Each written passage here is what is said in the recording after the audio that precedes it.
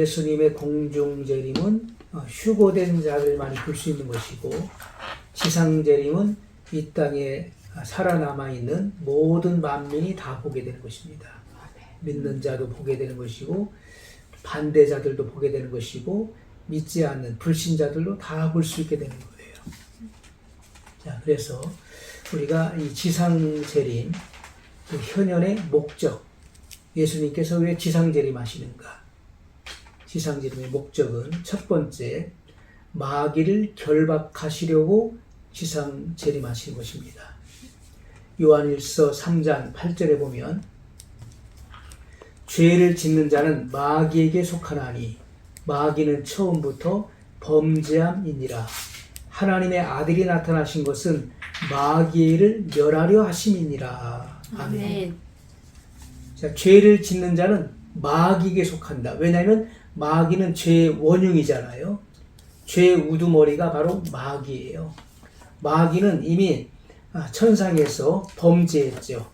하나님의 보호자를 찬탈하려고 하는 그러한 불순한 그런 생각을 가지고, 그리고 계획적으로 하늘의 천사 3분의 1을 선동해서 하나님의 보호자를 찬탈하려고 했었던 그런 범죄자입니다. 또한 하늘에서 쫓겨난 이후에 에덴 동산에 들어가서 인류의 시조인 아담을 타락시켰어요. 그래서 모든 인류에게 이 죄를 유전시킨 그 같은 일을 했던 것입니다. 그래서 죄를 짓는 자는 마귀에게 속한다. 마귀는 처음부터 범죄함이니라. 마귀는 최초의 자범죄를 지은 범죄자인 것입니다. 최초의 자범죄를 지었다. 하지만 사람은 어떻습니까? 유혹을 받아서, 마귀에게 유혹을 받아서 죄를 진 거예요. 그러나 마귀는 누구로부터 유혹을 받은 것이 아니라 하나님께로부터 받은 그 자유의지를 남용한 것이죠. 그 자유의지를 그 악용해서 하나님의 보호자를 넘봤던 것입니다. 마귀는 처음부터 범죄한 범죄자예요. 하나님의 아들이 나타나신 것은 마귀를 멸하려 하심이니라. 마귀를 멸한다. 이 마귀의 일이 뭡니까? 인류를 미혹해서 죄를 짓게 만들고 영원한 지옥으로 가게끔 하는 거예요. 그게 마귀의 일이잖아요. 그래서 이 마귀의 일을 멈추게 하는 것입니다. 마귀의 일을 정지시킨다. 마귀의 일을 없애버린다. 그래서 인류의 그 죄는 십자가를 결과시켰잖아요. 인류의 범죄는 하나님의 아들로 하여금 이 땅에 오시게 만든 것입니다. 십자가에 죽게 만드신 거예요. 만드는 그런 결과를 초래했죠. 자, 그래서 결국 마귀의 일을 멸하시고 또 그 다음에 마귀를 멸하신 것입니다. 최후의 마귀를 멸하신다. 요한계시록 20장 2절로 3절을 보면 영을 잡으니 곧 옛뱀이요 마귀요 사단이라 잡아 1000년 동안 결박하여 무저갱에 던져 잠그고 그 위에 임봉하여 1000년이 자도록 다시는 만국을 미혹하지 못하게 하였다가 그 후에는 반드시 잠깐 놓이리라. 자, 이렇게 마귀의 삼위일체, 마귀, 적그리스도, 거짓 선지자, 이 삼위일체입니다. 이것은 하나님을, 삼위일체 하나님을 모방하는 것이죠. 그래서 우리가 하나님은 성부와 성자와 성령, 삼위일체 하나님이시잖아요. 그것처럼 마귀도 하나님을 모방한다. 하나님을 표방하기 때문에 이렇게 마귀와 적그리스도와 거짓 선지자가 이 삼위일체로 그렇게 역사하는 것입니다. 자, 이 셋 가운데 적그리스도와 거짓 선지자는 예수님께서 지상 재림하실 때 체포되죠. 붙잡혀서 산채로 유황불 붙는 못에 던져지게 된 것입니다. 그래서 먼저 적그리스도와 거짓 선지자가 유황불 속에 던져지게 되고, 그럼 마귀가 남게 되는 것이죠. 이 마귀는 예수님께서 지상 재림하신 즉시로 천사를 통해서 결박합니다. 결박해서 무저갱에 던져 잠그고 그 위에 임봉하는 것입니다. 자, 이것은 1000년 동안 세상을 미혹하지 못하게 하심이라고 성경은 분명히 기록하고 있는 것입니다. 자, 이렇게 마귀는 즉시로 유황불못에 던지지 않는 그 이유가 있는 거예요. 자, 마귀는 결박해서 무저갱에 던져 잠그고 임봉한다. 자, 금고한다는 것이죠. 자, 가둬놓는 것입니다. 그래서 천년 시대 후에 땅에 남아있는 이 생육인들은 계속 이 땅에서 번성하게 된 것입니다. 영화로운 몸을 입은 이들은 그 생육하고 번성하는 게 없습니다. 왜냐하면 천사와 같아지기 때문에 그런 성별이 없는 거예요. 그러나 이 땅에 천년시대 전쟁에서 살아남아서 들어온 그들은 생육인들이죠. 이 육체를 가지고 있기 때문에 이 땅에서 자자손손이 번성하게 되는, 그것이 바로 이사야서에 구체적으로 나와 있는 것이 우리가 그동안 살펴보았던 것입니다. 천년시대 후에 마귀를 무저갱에서 잠시 풀어놓아서 이 생육인들을 시험코자 하신 것입니다. 다시 말하면 마귀를 다시 사용하시려는 하나님의 계획이 있는 거예요. 자, 그래서 먼저는 마귀를 유황불 붙는 못에 던지지 않고 무저갱에 가둬놓는다. 왜냐하면 축복의 이 천년시대, 천년왕국을 건설하시려면 반역자인 마귀를 그냥 놔두고서는 천년시대를 실현할 수가 없는 것이죠. 그래서 1000년 동안 그렇게 금고했다가 1000년이 끝나면 잠시 풀어서 이 땅에 있는 생육인들을 시험케 하신다. 이것이 바로 하나님의 경륜인 것입니다. 우리는 하나님의 경륜의 안목으로 성경을 들여다봐야 돼요. 만세전에 스스로 보호자를 높이시고 그 보호자에 앉으셔서 보호자에 앉아 계시는 하나님의 그 마음속, 하나님의 그 가슴 속에 있는 그 놀라운, 그 깊은 계획을 가리켜서 우리가 경륜이다 이렇게 말하는 것이죠. 그 경륜은 우리가 장차 되어질 그 모든 일들을 다 포함하고 있는 것입니다. 두 번째, 지상재림의 목적, 세상을 심판하시려고 현현하신다. 디모데후서 4장 1절에 보면 하나님 앞과 산자와 죽은 자를 심판하실 그리스도 예수 앞에서 그의 나타나실 것과 그의 나라를 두고 엄히 명하노니. 자, 산자와 죽은 자를 심판하신다. 누가 심판하시죠? 그리스도 예수께서 심판하신다는 거예요. 그러면서 그의 나타나실 것과 재림을 말하는 것입니다. 그의 나라를 두고 엄히 명하노니. 야고보서 5장 9절에 보면 형제들아 서로 원망하지 말라. 그리하여야 심판을 면하리라. 보라, 심판자가 문 밖에 서 계시니라. 우리가 이 원망한다는 것은 사람들이 이 원망은 죄로 생각지도 않습니다. 오늘날 이스라엘 백성들이 광야에서 40년 동안 유리하고 방황했습니다. 그들은 하나님의 약속을 믿지 못하고 그 12명의 정탐꾼 가운데 10정탐꾼의 부정적인 보고를 받아들였어요. 하나님 말씀을 불신했던 것입니다. 그래서 하나님께서는 그들이 12정탐꾼이 정탐한 그 40일, 하루를 1년으로 환산해서 40년 동안을 광야에서 유리하고 방황하게 되리라 말씀했어요. 그리고 부정적인 보고를 한 사람들과 그 말을 믿었던 1세대가 가나안 땅에 들어가지 못하고 다 죽을 것을 말씀하셨던 것입니다. 그래서 1세대 가운데는 여호수아 갈렙 외에는 가나안 땅에 들어가지 못했던 것입니다.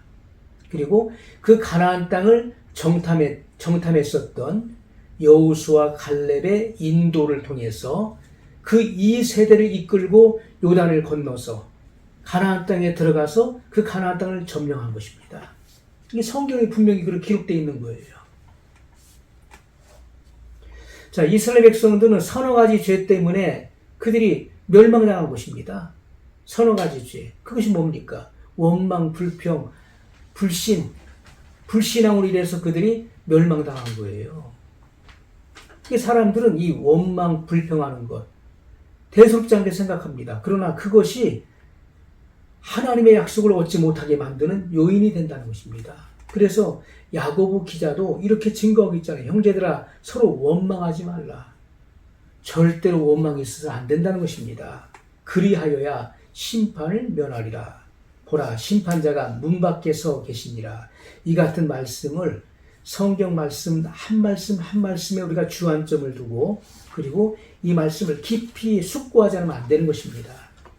사도행전 17장 31절의 말씀을 보면 이는 정하신 사람으로 하여금 천하를 공의로 심판할 날을 작정하시고, 자, 이미 심판은 작정되어 있는 것이다. 심판은 이미 예정된 것이다. 심판을 피할 자는 아무도 없는 것입니다. 심판은 이미 만세 전에 하나님께서 예정해 놓으신 거예요. 심판은 이미 심판할 날을 작정해 놓으셨다고 말씀하고 있잖아요. 이에 저를 죽은 자 가운데서 다시 살리신 것으로 모든 사람에게 믿을 만한 증거를 주셨음이니라 하니라. 자, 예수님께서 죽은 자 가운데서 살아나신 것은요, 이제 장차 모든 사람이 다 부활하게 되는 것입니다. 그런데 첫째 부활에 참여해야 돼요. 첫째 부활. 죽은 자들은 첫째 부활로 나오는 이들만이 어린 양의 생명책에 그 이름이 농명된 것이고 구원을 얻는 자들이에요. 그러나 둘째 부활은 마지막 부활인 것이고 둘째 부활은 마지막 심판에 참여하게 된 것입니다. 요한계시록 19장 11절에 보면 요한계시록 19장 11절에 또 내가 하늘이 열린 것을 보니 보라 백마와 탄자가 있으니 그 이름은 충신과 진실이라. 그가 공의로 심판하여 싸우더라. 자, 여기 백마와 탄자가 있다. 이 백마의 탄자가 누굽니까? 예수님을 말씀하고 있는 거예요. 예수님께서 지상재림하시는 광경을 여기 기록하고 있는 것인데, 자, 옛날 한글 우리 성경에 보면은 이렇게 기록되어 있습니다. 내가 또 봄에 하늘이 열렸도다. 볼지어다 흰 말이 있고 또 탄자가 있으니 그 이름은 충신과 진실이라. 저가 심판하는 것과 싸우는 것을 공의대로 하더라. 자, 주 예수님의 재림의 목적 중에 하나가 뭡니까? 심판이라는 것입니다. 심판. 심판은 잘잘못을 가려서 상보를 주는 것이 심판이에요. 그런데 많은 사람들이 심판을 받는다면은 꼭 잘못된 것에 대해서 벌 주는 것만을 심판이라고 생각하는데 그렇지가 않습니다. 심판이라고 하는 그 말의 의미가 잘잘못을 따져서 잘잘못에 대해서 상보를 주는 것이 심판이에요. 반드시 심판이 있는 것입니다. 그래서 선한 일을 행한 자는 생명의 부활로, 악한 일을 행한 자는 심판의 부활로 나오리라. 자, 분명히 이렇게 그 심판이라고 하는 것은 의로운 일을 행한 자들에게는 상급을 주시는 거예요. 불의한 일을 행한 자들에게는 거기에 맞는 그 죄에 합당한 형벌을 주시는 것입니다. 그것이 바로 심판이에요. 전도서 8장 11절에 보면 악한 일의 징벌이 속히 실행되지 않으므로 인생들이 악을 행하기에 마음이 담대하도다. 자, 우리 옛날 한글 성경에 보면 사람들이 악에 대하여 보응을 급히 받지 아니하므로 그 마음이 완악하여져서 악을 더 행한다. 이렇게 기록하고 있어요.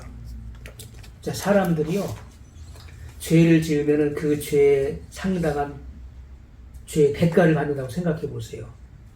그러면 내가 이 죄를 지으면 그 다음에 바로바로 그 대가가 그 응징이 온다면은 무서워서 죄를 못 짓겠죠. 근데 하나님께서는 직결 심판이 아니라 하나님께서는 마지막 종말 심판이에요. 종말. 나중에 보자는 거예요. 사람이 죄를 지었는데도 그 죄에 대한 보응이 바로바로 임하지 않고 나중에 종말에 가서 보자는 것이죠. 그러니까 사람들이 마음이 완악해져서 악을 더 행한다. 하나님의 살아계심을 불신하는 것입니다. 믿지 않는 거예요. 자, 그러나 우리가 분명히 알아야 될 것은 멀지 않아 심판의 주님은 오신다는 것입니다. 심판의 주님이 오신다. 자, 산자의 심판, 산자의 심판, 죽은 자의 심판.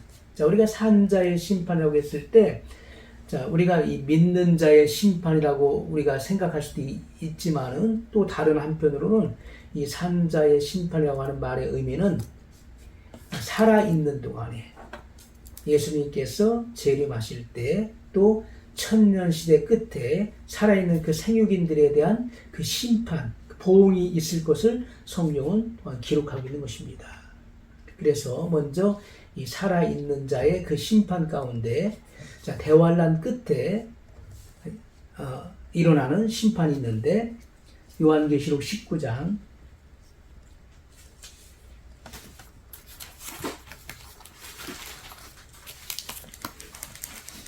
요한계시록 19장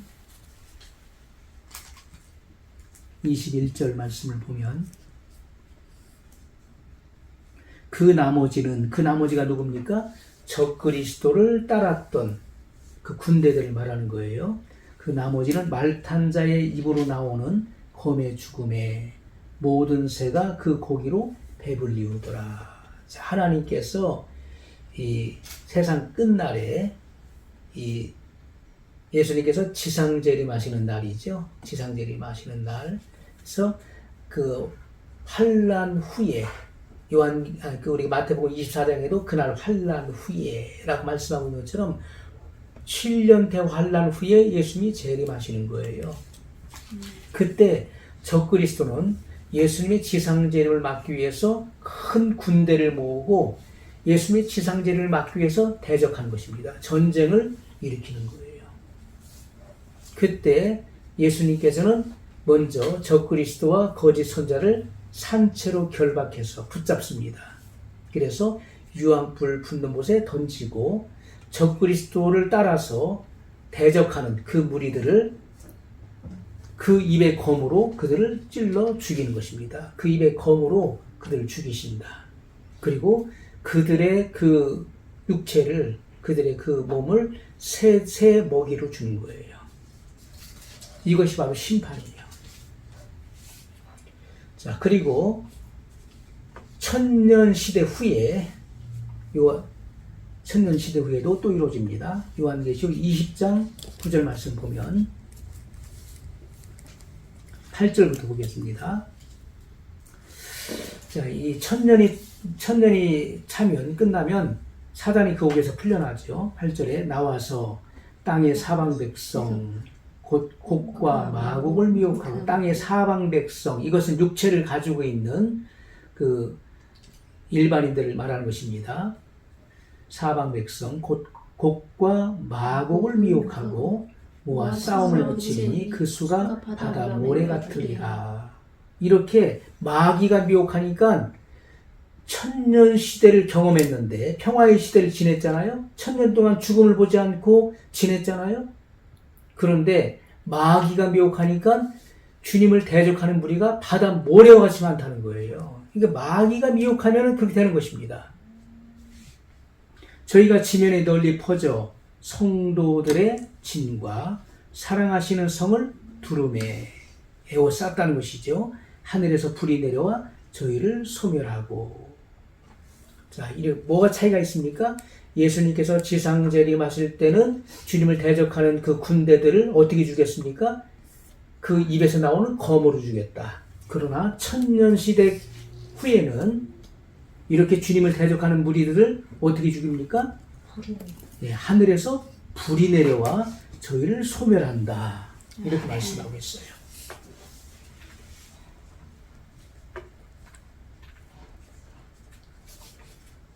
자, 그러나 우리가 죽은 자의 심판은 천년 후에, 천년 시대 후에 새하늘과 새 땅이 시작되기 전에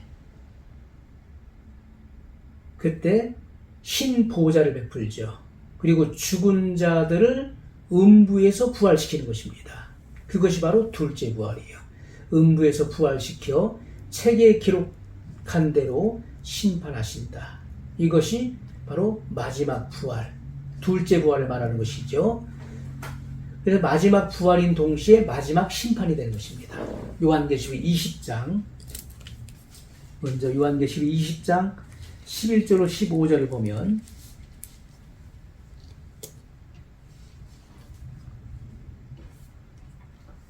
또 내가 크고 흰 보호자와 그 위에 앉으신 자를 보니 땅과 하늘이 그 앞에서 피하여 간되었더라.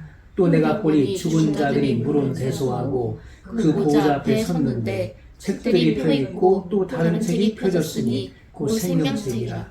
죽은 자들이 자기 행위를 따라 책들에 기록된 대로 심판을 받으니 바다가 그 가운데서 죽은 자들을 내어주고 또 사망과 음부도 그 가운데서 죽은 자들을 내어주매 각 사람이 자기의 행위대로 심판을 받고 사망과 음부도 불못에 던지우니 이것은 둘째 사망 곧 불못이라. 누구든지 생명책에 기록되지 못한 자는 불못에 던지우더라. 아멘. 자, 이렇게 죽은 자의 심판, 죽은 자, 물은 대소하고 큰 자든 작은 자든 죽은 자는 주 안에서 죽은 자들 말하는 게 아니에요. 이들은 불신자들을 말하는 거예요. 그래서 죄인의 부활, 악인의 부활을 말하는 것입니다. 그래서 둘째 부활로 나오는 자들은 죄인의 부활, 악인의 부활을 말하는 것입니다. 이들은 그들이 이 땅에서 지은 죄의 경중에 따라서 유죄 판결을 받고 영원한 불못에 들어갈 자들을 말하는 거예요.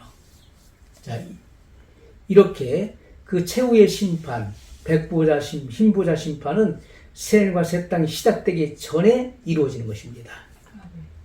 그래서 음부에서 그들을 부활시키는 것입니다. 책에 기록된 대로 심판하신다. 이것이 바로 둘째 부활, 마지막 부활인 동시에 마지막 심판이다. 고린도전서 15장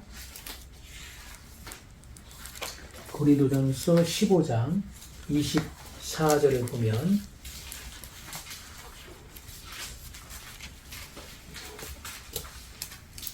자, 23절부터 보겠습니다.